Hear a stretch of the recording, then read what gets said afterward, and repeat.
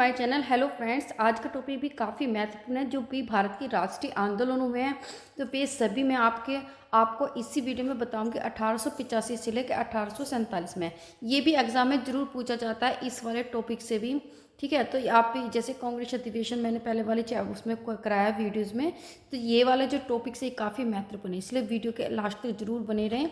अब करते हैं इसमें 19वीं सदी में जो ब्रिटिश प्रभुत्व अपनी चरम सीमा पर पहुंच गई थी। मतलब जो ब्रिटिश थी वो क्या करती थी, मतलब उसने इतना कुछ कर दिया था, इंडियंस के ऊपर इतने सारे अत्याचार कर दिए थे, तो उसका एक लास्ट स्टेज पहुंच गई थी। 1857 का विद्रोह, इससे काफ़ी दुखी हो गए भारतीय को, काफ़ी मतलब क्या कर दिया उन्होंने, डेमोलाइज स्टार्ट कर दिया। उनकी जो भी शिल्पकार थे, काश्तकार थे, उनकी जो व्यापार को बिल्कुल ही उन्होंने क्या कर दिया, ख़त्म कर दिया। अब या 1897 का विद्रोह स्थानीय जो अधिकारियों के असंतोष और नाराजगी के जवाब में किसान और बेरोजगारी के सैनिकों के द्वारा किया गया विद्रोह था। 1897 का विद्रोह था जो भी गाय की चर्बी और जो भी सुअर की चर्बी से उस पर लगाई जाती थी, कारतूसों में लगाई जाती थी, तो उसे मुंह से उसको हटा दिया जाता है। इससे क्या होता था कि हिंदू और जो मुसलमान दोनों ही भड़क उठे थे कि जो गाय होती है वह हिंदू के लिए काफ़ी महत्वपूर्ण पशु माना जाता है, और जो सुअर की चर्बी है मुसलमान के लिए, तो इसलिए दोनों भड़क गए थे ब्रिटिश पर। यहीं से भारत में राष्ट्रीय आंदोलन की सूची शुरू हुई और जो प्रमुख जो भारतीय स्वतंत्रता आंदोलन का नेतृत्व हुआ। अब 1897 से 1947 में जो भी भारतीय राष्ट्रीय आंदोलन हुए वे दस्तावेज नीचे दिए गए हैं। अब 1897 का विद्रोह सिपाही विद्रोह था, क्योंकि सिपाही करते थे कि बंदूक तो वे चलाते थे, उन्हें मुंह से कारतूस डालना पड़ता था, इसलिए दोनों के लिए काफ़ी विद्रोह का साबित हुआ। फिर 1885 में आपको बताते हैं, मुंबई में इससे पहले वीडियोस थी कि भारतीय राष्ट्रीय कांग्रेस की स्थापना की गई थी, और यदि आपने वीडियो नहीं देखा तो डिस्क्रिप्शन बॉक्स में आप देख सकते हैं, क्योंकि इसमें से भी क्वेश्चन काफ़ी बनता है महत्वपूर्ण, तो ये भी काफ़ी महत्वपूर्ण है। 1905 में स्वदेशी आंदोलन हुआ कि जो भी स्वदेश में बनी है चीज़ें तो उन्हीं का यूज करा जाए, बाकी का जो विदेशों से बना हुआ तो उनको बहिष्कार किया जाए। मुस्लिम लीग की स्थापना की 1906 में जो जिन्ना थे उन्होंने किया था उस टाइम में। अब फिर गदर पार्टी की स्थापना हुई हरदयाल की, उसमें ये काफ़ी महत्वपूर्ण, आप वन बाई करेंगे। 1916 में, 1918 में होम रूल आंदोलन, वेरी मोस्ट इम्पोर्टेंट, सारे काफ़ी महत्वपूर्ण है। 1917 में क्या हुआ, चंपारण सत्याग्रह हुआ, और 1900 चंपारण सत्याग्रह, और ये हमारा था खेड़ा सत्याग्रह 1917 में। 1918 में अहमदाबाद की मिल हड़ताल हुई।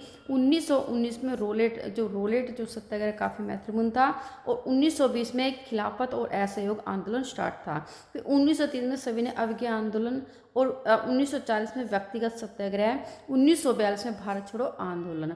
तो जितने भी हम 1 बाई इसमें करेंगे। अब भारतीय जो राष्ट्रीय आंदोलन, मतलब इसमें क्या है, क्या इसका मीनिंग है, क्या है भारतीय राष्ट्रीय आंदोलन का जो उपनिवेशीकरण काल के दौरान भारत में उभरे जो विभिन्न जन आंदोलन को मतलब संदर्भित करता है, उसका वर्णन करता है। विभिन्न जो राजनीतिक दलों और संगठनों ने इन आंदोलन का नेतृत्व किया था। उन्होंने भारत में ब्रिटिश जो उपनिवेशवाद को समाप्त करने के लिए अथक प्रयास किए। यहाँ प्रमुख जो भारतीय राष्ट्रीय आंदोलन का मतलब उसमें संक्षिप्त में वर्णन है। सबसे पहला काफ़ी महत्वपूर्ण ये था हमारा 1897 का विद्रोह। इसके लिए जब मॉडर्न हिस्ट्री करेंगे तो 1 बाय 1 हम पूरे ही डिटेल में करेंगे। 1917 में एक अलग से मैं आपको टॉपिक कराऊंगी।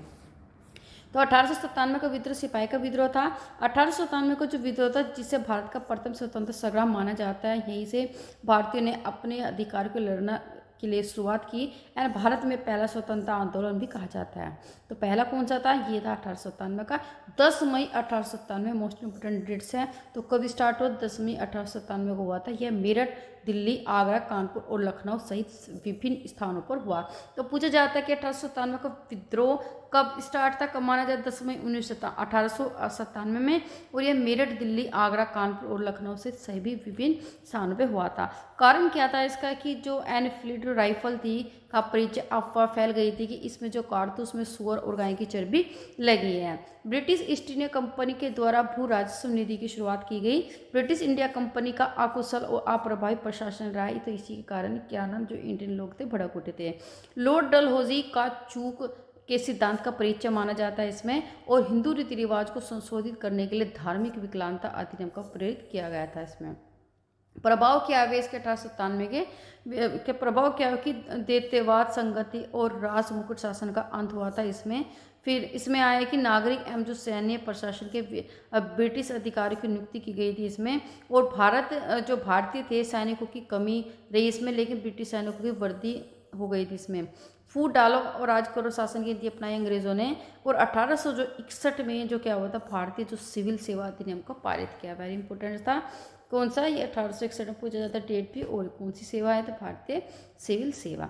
अब प्रमुख व्यक्तित्व कौन कौन से इसमें, नाना साहब थे, और इसमें इसमें क्या थे, तानिया टोपे थे, रानी लक्ष्मीबाई थी इसमें जो 1897 के युद्ध में, और बहादुर शाह जफर, और मंगल पांडे, मान सिंह, ओरजा, कुंवर सिंह, ये सारे क्या के प्रमुख व्यक्तित्व रहे हैं 1897 में। फिर नतीजा क्या रहा है इसका, कि जो स्थानीय जनता का भागीदारी की कमी हुई और कोई भी जो केंद्रीय नेतृत्व न होने के कारण 1897 का विद्रोह विफल हो गया था, क्योंकि इसका ज़्यादा कोई लीडर नहीं किया था।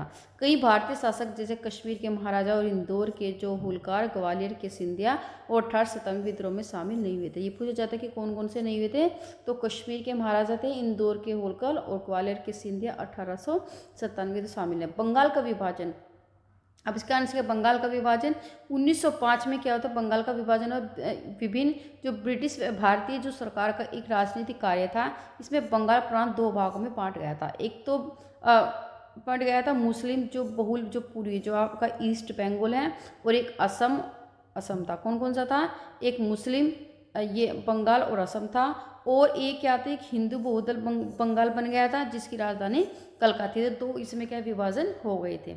ठीक है, आगे है इसमें कि कब हुआ था ये, 20 जुलाई 1905 में घोषित किया गया, और 16 अक्टूबर 1905 में इसने फिर ये एप्लीकेबल भी हो गया था। तो 20 जुलाई को घोषित किया गया 1905 में, और 16 अक्टूबर से स्टार्ट हो गया था विभाजन जो भी हुआ था। कारण क्या था इसमें, अंग्रेजों की फूट डालो शासन था, राज करो नीतियाँ हिंदू को भड़का दिया और मुसलमान को भड़का दिया।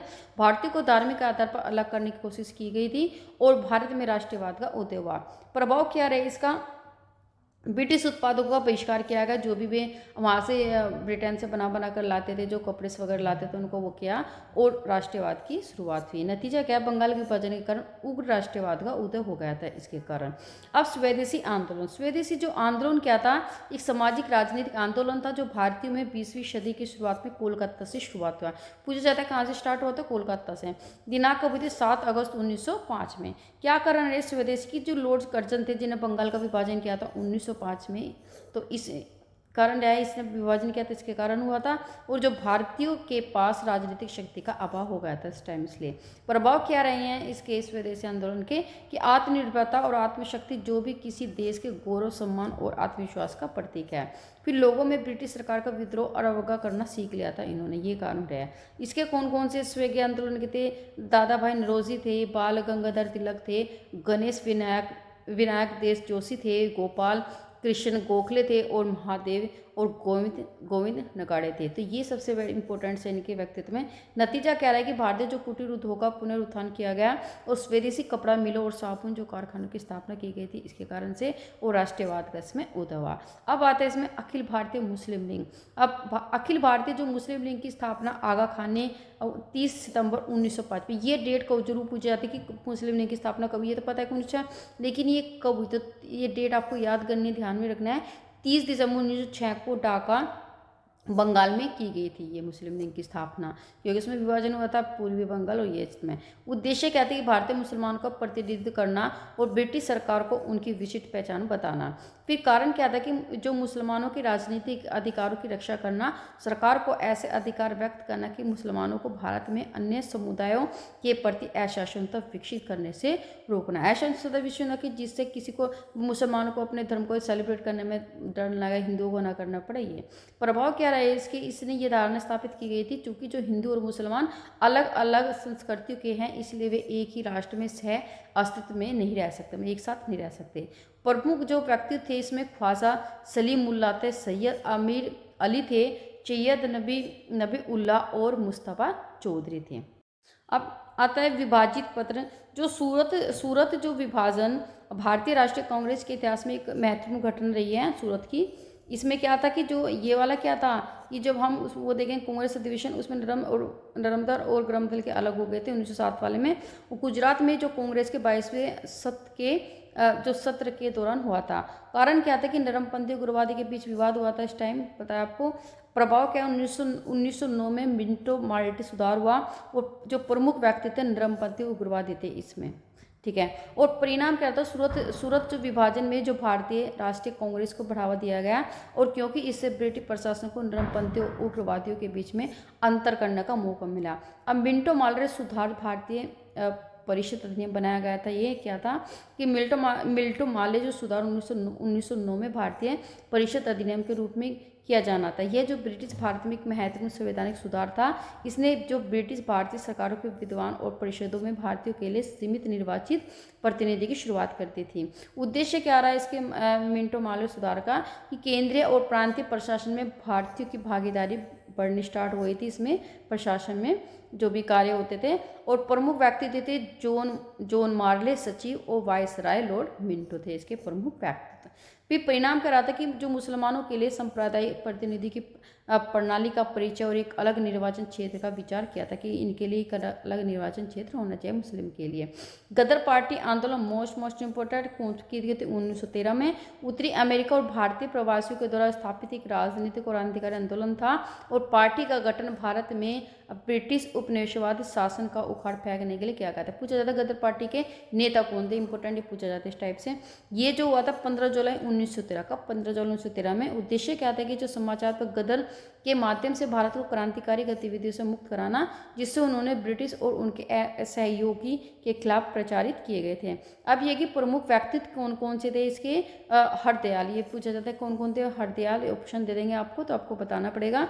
तो क्या था, लाला हरदयाल थे, पंडित काशीराम मारोली थे, मोहम्मद ये बकरतुल्ला, भगवान सिंह और तारकनाथ दास, भाई परमानंद और हरनाम सिंह और टुंडीलाल। तो ये आपको याद करना है, इसमें से आपको देने कौन कौन से हैं।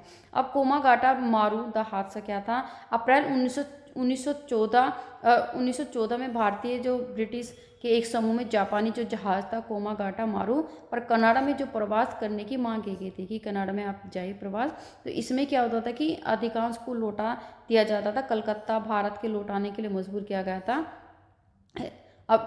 था, और इसमें जो लिंक किए गए लेख के साथ साथ कोमागाटा मारू घटना के बारे में भी और पढ़े, मतलब इस तरह से इसमें दे दिया जाता। फिर दिनांक 4 अप्रैल 1914 में था ये कोमागाटा मारू हादसा, स्थान था कलकत्ता में हुआ था। और प्रभाव क्या था इसका, जो ये आता वैंकूवर के ठीक पार पानी में 2 महीने की गतिरोध के बाद जहाज में अनंत एक कनाडी नौसेना द्वारा वापस समुद्र में खींच लिया गया था। जहाज में जो भारत पहुंचने के बाद बाहर निकलते ही 19 यात्रियों को की गोली मारकर हत्या कर दी थी और अन्य को हिरासत में ले लिया था। ये घटना थी। परिणाम क्या रहा था कि इस घटना से जनता नाराज कर दिया गया और ब्रिटिश नागरिकों के खिलाफ हमलों के लिए एक स्थल के रूप में काम किया। अब आता है होम रूल आंदोलन। पूछा जाता है कि इसके कौन कौन राजनेता थे, भी इम्पोर्टेंट है। होम रूल आंदोलन और राजनीतिक और सामाजिक था। यह 20वीं सदी में शुरुआत में भारत में उभरा और इसको उद्देश्य था कि ब्रिटिश साम्राज्य के भीतर भारतीय स्वशासन और स्वशासन की मांग करना था। अब कब हुआ था ये, 1916-1918। ये एक तो पूछी जाता है डेट की होम रूल की स्थापना कब हुई था, 1916 ये डेट काफ़ी। और जो उसके फाउंडर कौन है, कि होम रूल का फाउंडर कौन है, एनी बेसेंट और बाल गंगाधर। ये आपको याद करना, दो चीज़ें काफ़ी मोस्ट इंपॉर्टेंट है। स्थान कहाँ हुआ था, मद्रास में। और उद्देश्य क्या था कि जो सरकार के दमन के खिलाफ बोलने के कारण भारतीयों में आत्मविश्वास पैदा करना था इसमें। और परिणाम क्या आया था कि जो नरमपंथी उग्रवादियों का एकीकरण हुआ इसमें। और 1917 में जो कलकत्ता अधिवेशन में एनी बेसेंट को राष्ट्रपति चुना गया था। तो जो भी अधिवेशन 1917 में पहली महिला थी जो उसमें कांग्रेस अधिवेशन में सम्मिलित हुई थी। तो ये भी क्वेश्चन आपको मैंने रिपीट कराया। अब आता है चंपारण सत्याग्रह। गांधी से रिलेटेड जितने भी आपको आंदोलन सारे मोस्ट इंपोर्टेंट है। चंपारण जो सत्याग्रह पूछा जाता है कि ये कौन से सन में हुआ था, तो ये क्या था, सत्याग्रह एक सविनय अवज्ञा आंदोलन था ये। और ये का नेतृत्व 1917 में भारत के बिहार चंपारण जिले में महात्मा गांधी ने किया था। तो चंपारण का किसने किया था, महात्मा गांधी जी ने। और कब किया था, 1917 में। उद्देश्य क्या था कि महात्मा गांधी के नेतृत्व में सबसे पहला सत्याग्रह था, सबसे पहला सत्याग्रह ये चंपारण सत्याग्रह था। कारण क्या था कि ब्रिटिश जो शासन के तहत किसानों को अपनी संपत्ति पर नील की खेती करने के लिए मजबूर किया गया था कि आप नील की खेती करो, कि उससे क्या होता था, अंग्रेजों को काफ़ी प्रॉफिट होता था। प्रमुख व्यक्तित्व कौन थे इसमें, कौन पार्टिसिपेट किया था, महात्मा गांधी ने। परिणाम क्या था, चंपारण जो कृषि अधिनियम 1918 पर भारत के गवर्नर जनरल के द्वारा हस्ताक्षर किए गए थे इस पे। खेड़ा, खेड़ा सत्याग्रह मोस्ट इंपॉर्टेंट ये भी। तो जितने भी, सबसे पहला कौन था, चंपारण था 1917 में। यदि खेड़ा देखेंगे तो 1918 में, इंपॉर्टेंट है। अब जो खेड़ा सत्याग्रह अहिंसक जो सभी अवज्ञा आंदोलन था ये भी, और उसका नेतृत्व 1918 में भारत के गुजरात के खेड़ा जिले में महात्मा गांधी ने किया था। फिर कारण क्या थे, किसानों ने अकाल के जो मद्देनजर जो करों की वसूली का विद्रोह किया। इसका जो, इसमें जो रहे हैं व्यक्ति ये महात्मा गांधी ने, इन्हीं का है। इन्होंने क्या कहा था, इसका निरीक्षण करा था, नेतृत्व किया था। परिणाम क्या थे कि अंग्रेजों ने कर 2 साल और वर्तमान और अगले वर्ष के लिए निलंबित कर दिया था ये। अब आता है रोलेट एक्ट। उग्रवादी जो राष्ट्रीयवादी उबार का जो मतलब ये जो मुकाबला करने के लिए फिलहाल जो लेजिस्लेटिव काउंसिल ने रोलेट एक्ट पास किया था, इसे जो अराजक और क्रांतिकारी अपराध अधिनियम के नाम से भी जाना जाता है। इस रोलेट एक्ट का क्या था कि किसी को बिना अपराध के जेल में बंद कर देना था। ये हुआ था 1919 में। काफ़ी इंपॉर्टेंट है, पूछा जाता है कौन से सन में हुआ था, 1919 में। उद्देश्य क्या था कि जो ब्रिटिश सरकार को किसी भी संदिग्ध आतंकवादी गतिविधियों को बिना मुकदमे के जेल में डालने की अनुमति थी, कि जिसे उन्होंने सोचा कि ये आतंकवादी है तो उसे जेल में डाल दे बिना उससे पूछे। संस्थापक हेतु रोलेट जो समिति के सर सिडनी रोलेट, कौन, सर सिडनी रोलेट थे। परिणाम क्या रहा था कि विरोध प्रदर्शन था। जलियांवाला बाग नरसंहार के बाद इसे 1922 में बिल्कुल निरस्त कर दिया था, क्योंकि 1919 में क्या हुआ था, 13 अप्रैल 1919 में जलियांवाला हत्याकांड हुआ था। जलियांवाला हत्याकांड काफ़ी मोस्ट इंपॉर्टेंट है, काफ़ी दर्दनाक यदि आप सुनेंगे तो ये भी हो जाएंगे। तो यदि आपको कभी मौका मिले तो आप अमृतसर में जाइए, वहाँ पे जो कुआं है तो उसमें 300 महिला लोगों ने वहाँ पे अपनी जान दे दी थी उस टाइम। तो काफ़ी, तो आप कभी जाए तो विजिट जरूर कीजिए। जलियांवाला जो बाग नरसंहार, जिसे अमृतसर नरसंहार के रूप में जाना जाता है, 13 अप्रैल 1919 में एक दुखद था। यह भारत के पंजाब के अमृतसर जलियांवाला बाग सार्वजनिक उद्यान में हुआ था। सार्वजनिक उद्यान था तो सभी के लिए बगीचा खोला गया था। कारण क्या थे कि रोलेट एक्ट का विरोध करना जो हुआ था। और इसका जो प्रमुख जो लोग थे इसमें, जिसने अब इसने ऑर्डर दिया था, जनरल रेजिनाल्ड डायर ने दिया था उस टाइम, और गोली चलाने का आदेश। पूछा जाता है कि 19 जो जलियांवाला हत्याकांड होता उसका जो नेतृत्व किसने किया था, वो ब्रिटिश जनरल रेजिनाल्ड डायर ने। परिणाम क्या थे, इस हत्याकांड से भारत में अशांति फैल गई थी, क्योंकि बहुत सारे भारतीय मर गए थे इसमें, आत्महत्या कर ली थी उन्होंने। असहयोग आंदोलन एक महत्वपूर्ण सविनय अवज्ञा आंदोलन था, इंपॉर्टेंट है, सन पूछा जाता है मोस्टली, और उसका नेतृत्व पूछा जाता है। ब्रिटिश जो उपनिवेशवादी शासन में भारत में आज़ादी हासिल करने के 1920 में महात्मा गांधी के नेतृत्व में भारतीय राष्ट्रीय कांग्रेस के द्वारा इसकी शुरुआत की गई थी। 1920 में हुआ था और महात्मा गांधी ने नेतृत्व किया था। उद्देश्य क्या था कि जो ब्रिटिश शासन का विरोध करना और भारत में पूर्ण स्वतंत्रता को प्राप्त करना। कारण क्या था इसके, जो क्या थे इसके असहयोग आंदोलन के, जलियांवाला बाग नरसंहार थे। नरसंहार का मतलब जिसमें लोगों में बहुत लोगों की जान गई थी, मर गए थे, और पंजाब में अशांति फैल गई थी। और मोन्टागागो तो चेम फोर्स सुधार में असंतोष था इसमें। और प्रथम विश्व के कारण आर्थिक काफ़ी घटनाएं थी उस टाइम, क्योंकि 1918 में स्टार्ट हो गया था प्रथम विश्व, 14 में, 1914 से, और 1918 में। ये भी वीडियो डाली है मैंने इसमें, प्रथम विश्व द्वितीय विश्व की, तो आप उसमें जाकर देख सकते हैं। अब इसमें आता है इसमें आगे की जो प्रमुख व्यक्तित्व कौन थे इसके, तो ये थे महात्मा गांधी, राजेंद्र प्रसाद, सरदार वल्लभ भाई पटेल और M.N. रॉय एंड देवी पसंद थी। तो ये काफ़ी महत्वपूर्ण पूछा था। नतीजा तो क्या था कि पूर्ण स्वराज का लक्ष्य प्राप्त नहीं हुआ था। हालांकि कई जो भारतीय संसाधन और विश्वविद्यालय की स्थापना के साथ देश की एकता को बढ़ावा दिया गया था। मोपला विद्रोह मोपला विद्रोह था, ये भी इम्पोर्टेंट है कि विद्रोह में इसका नेतृत्व पूछ लेंगे। मोपला विद्रोह, तो मोपला विद्रोह को मालाबारा विद्रोह के नाम से जाना जाता था। ये ब्रिटिश उपनिवेशिक अधिकारियों और हिंदू जमींदारों के खिलाफ मुस्लिम किसानों और किराएदार किसानों के द्वारा एक सशस्त्र विद्रोह था। 1921 में भारत में केरल के मालाबार क्षेत्र में हुआ था। ये पहले था 1920 में असहयोग आंदोलन, और 1921 में मोपला विद्रोह। कारण क्या था कि मुसलमानों के द्वारा गरीब किसानों का दमन किया गया था, मतलब उनको सताया गया था। अब प्रभाव क्या रहे, प्रभाव इसमें रहे कि विद्रोह ने देश के अन्य क्षेत्रों में मुसलमानों को कट्टरता के खिलाफ जवाबी अभियान चलाना शुरू कर दिया। और जो मालबार में विद्रोह में शिक्षित मुसलमान समूह ने को भी अपने समुदाय को बचाने की लड़ाई में शामिल होने के लिए प्रेरित कर दिया गया।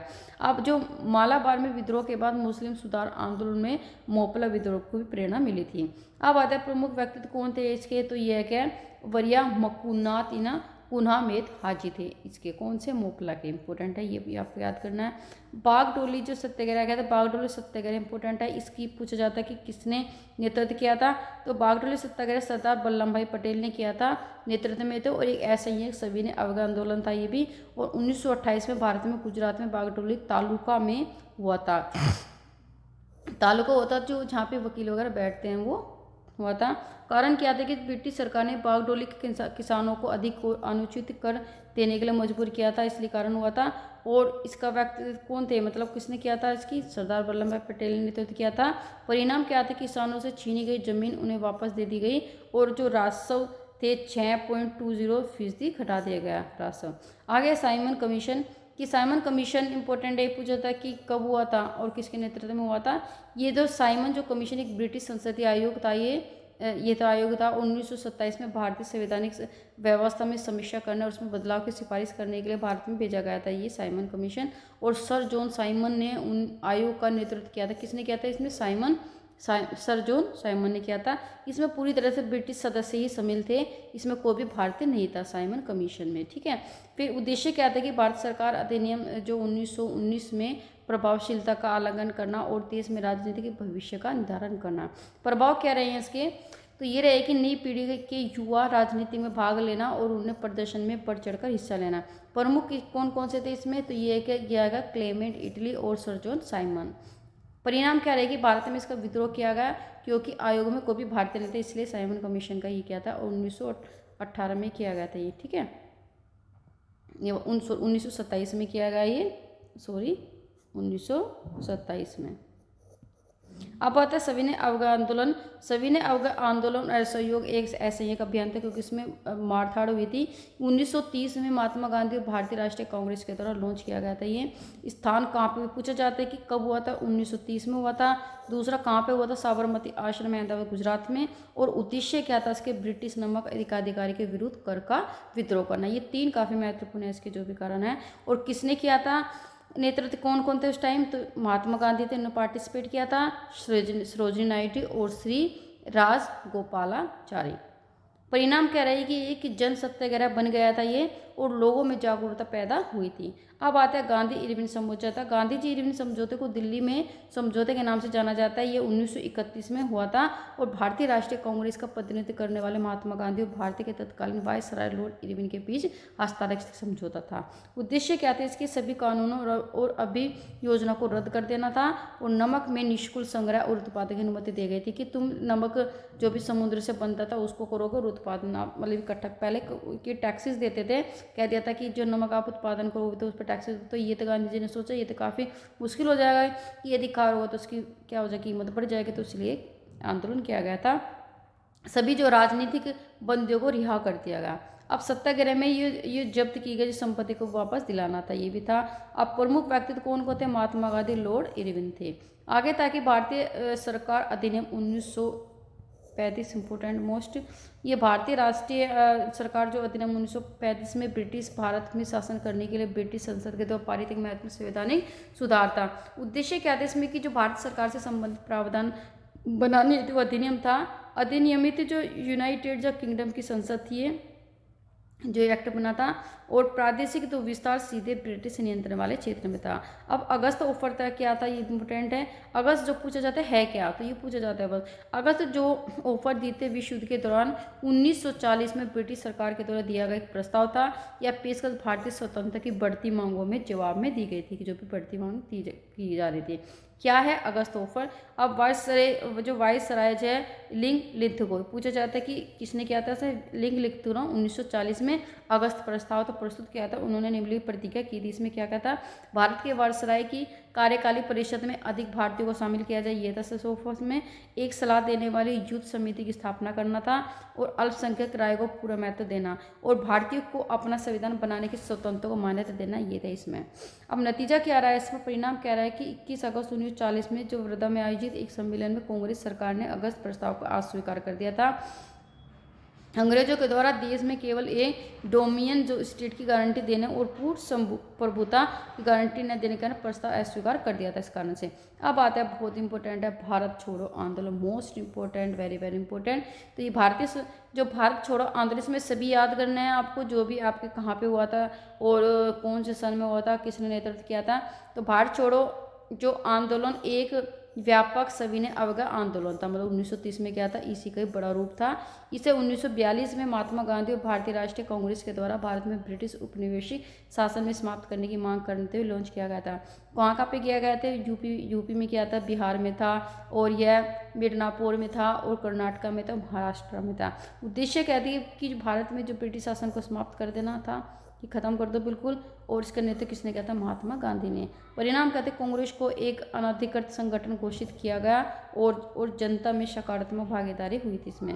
क्रिप्स मिशन क्या था, 1942 में ब्रिटिश सरकार के द्वारा भारत भेजा गया था। यह एक प्रतिमंडलन था। यह सर स्टैफोर्ड क्रिप्स ने इसका नेतृत्व, पूछा जाता है क्रिप्स का किसने किया था, सर स्टैफोर्ड क्रिप्स ने किया था। इसे भारत की स्वतंत्रता के बाद राष्ट्रीय राजनीतिक भविष्य के लिए एक संवैधानिक ढांचे पर बातचीत करने के लिए भेजा गया था। उद्देश्य क्या थे क्रिप्स मिशन के, कि द्वितीय विश्व युद्ध के प्रयासों के लिए जो पूर्ण भारतीय सहयोग और सहायता सुनिश्चित करना था। परिणाम क्या रहे इसके, कि ब्रिटिश और कांग्रेस ने जो क्रिप्स उपायों को क्रमशः अत्यधिक रूढ़िवादी कट्टरपंथी के रूप में देखा, और मुस्लिम लीग जो कांग्रेस और अन्य भारतीय संगठनों ने मिशनों को अस्वीकार कर दिया था।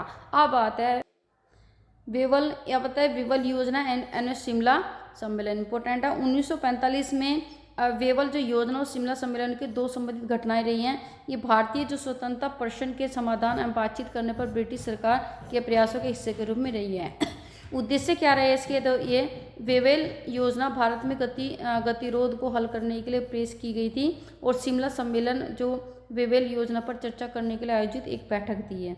फिर संस्थापक कौन थे, तो लॉर्ड वेवेल भारत के वायसराय, वेरी इंपॉर्टेंट है। तो किसने किया था इसके संस्थापक कौन रहते, लॉर्ड वेवेल थे।